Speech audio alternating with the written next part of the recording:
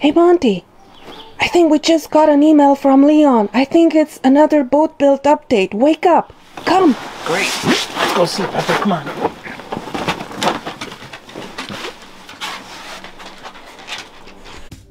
Welcome to Second Wind Adventures, where we start the next chapter in our life, where retirement can be fun, exciting, and challenging. Follow along with us as we continue to transition from our regular full-time work life to a more flexible lifestyle that includes cottage living, adventure travel, and our dream to circumnavigate the globe on the sailing catamaran. This is us, Alina and Monty. We would love if you joined us so that we can share with you the trials of achieving our goals. Hey folks! Here in Canada, it's early June and summer is finally here. The grass is green, the leaves have sprouted, and the water is now bearable, I would say, for at least 15 seconds. Actually 30 seconds, because I've already been in there. So it is pretty cool. And just want to say the last time we provided an update from the Kinetic Boat Yard on the progress of our boat Sphyrna. It was back in March, so there was snow everywhere, and you may remember we're cold and miserable. Today we're going to provide a quick update as we just received the build report for May from the Kinetic Yard, and we wanted to walk you through some of the details. So you may recall from the last report that the hulls were both out of the mold and the bridge deck was being infused on the table. Many of the bulkhead pieces were also being infused. You could say that many of the major components were in big pieces, probably everywhere in the factory. And at that time, they're in the process of aligning the major components before starting the bonding and tabbing process to put them all together. Yeah, from the picture that you see for page 1 in the report, you know, it's coming along nicely, and it actually looks like a boat now, which is simply amazing because, you know, it's only been about 2 months, and literally it's like taking all the pieces that were in the various stages of infusion and gluing them together or tabbing them together, so it begins to take shape. So let's once again look at the title page, and it shows the shot of the bow to the stern view of the foredeck from the starboard bow, and she's starting to look like a catamaran. Just wanted to point out some of the items for you that you're looking at. At the front foredeck, you see the 4 hatch openings, which will give access to the storage spaces, the dive compressors, a generator if we actually had one. Actually, we're going to go with the generator delete on our build. So we'll probably end up using that for storage or other purposes. Behind that is the forward cockpit, followed by the forward door, which is part of the bulkhead, one of the main bulkheads in the front section. The salon surround structure, as you can see, has now been attached onto the bridge deck and the hulls, and the coach roof is still missing, but we'll talk a little bit more about the coach roof in a minute. Mm-hmm. And then the second page of the report shows more detail of the assembly and process, and a closer look at some of the structural areas that are now in place. So let's start with the first photo. So here the Kinetic team working on adding the deck surface to the starboard hull. I think it probably looks odd because the salon deck is much lower than the side deck. But if you can imagine our view of the outside, the ocean would be from about mid-body level. Yeah, so in that last shot too, it looks like the person standing on the salon deck looks very low as compared to the side of the hull, just simply because the floor is missing. And so if you can imagine that once they get the floor in place, then that person will be elevated approximately another 8 inches or so, and it should be about chest level, as I remember on hull 02 that we were looking out onto the ocean from the salon, at least at my height anyway. Yeah, so in this next excuse me, in this next photo we're looking at the aft bulkhead at the back of the salon looking forward. Here you can see the door to the forward cockpit and the big window in front where the forward helm station will be. And that's where one of the interior wheels, the main steering wheels, will be. In the floor you can see longitudinal structural reinforcements, or I guess stringers if you want to call them that, above which the actual floor will actually rest. So like I was saying earlier, you'll have a lot of, you know, either the storage spaces under the floor, you know, a lot of the wires and other components, including plumbing, will be running underneath that floor section as well. Mm-hmm. So if we switch now to the view standing on the foredeck, we're now looking down on the forward cockpit. You can see the stand for one of the main winches beside the door, and then to the right you'll see the L-shaped seating area in the forward cockpit. You can also see the cutaway openings for storage hatches and access to the other boat systems. And in this shot, you can also see the curve of the salon enclosure, and this will require a custom curved Gorilla glass to fit exactly. Yeah, everything looks black too, so you got to remember that this is a full carbon boat. The carbon is infused on top of the core cell foam, and oops, sorry about the camera.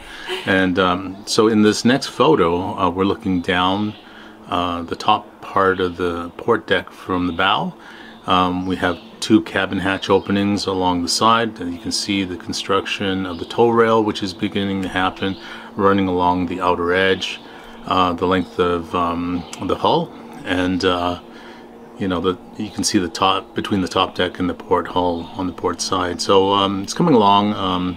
You know, all of this obviously will be white colored, and once it's painted, faired and painted. So yeah, let's move on to the next photo. Mm-hmm. So now let's take a look at the kinetic team that's fitting the foredeck to the structure. So you can notice that they're laying this large piece down by hand. And remember that these structural components are a foam core covered with carbon fiber cloth, and they're infused with epoxy, so they're very, very light. And after placement and alignment, this piece will also be bonded and tabbed into place.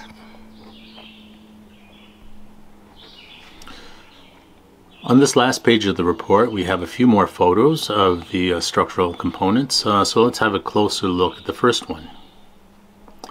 Now, this worker looks like he's standing at the bottom of a well, but it's actually the bottom of one of the hulls. The two tanks located at the bottom of this hull appear to be fabricated in core cell foam and carbon fiber as well.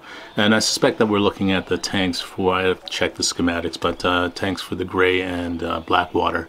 You can also see the curve at the bottom of the photo, which leads to the bridge deck and the salon. So just to give you a perspective of where this person's standing.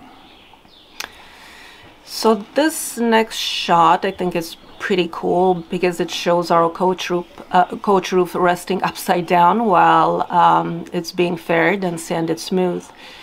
You can see the openings for the big moonroof and hatches on either side. And I guess we're told once the coach roof is faired, flipped over, and attached to the boat, then I guess that completes the main structural component assembly. And by the time you see this video, I think the coach roof would have been tabbed and completed. Okay, this next photo is taken from the inside of the salon looking forward at the C-pillar support, above which, once the coach roof is on, will act as a support for the mast, which is mounted actually on top of the coach roof, which is a little different from some of the other boats that we've been on.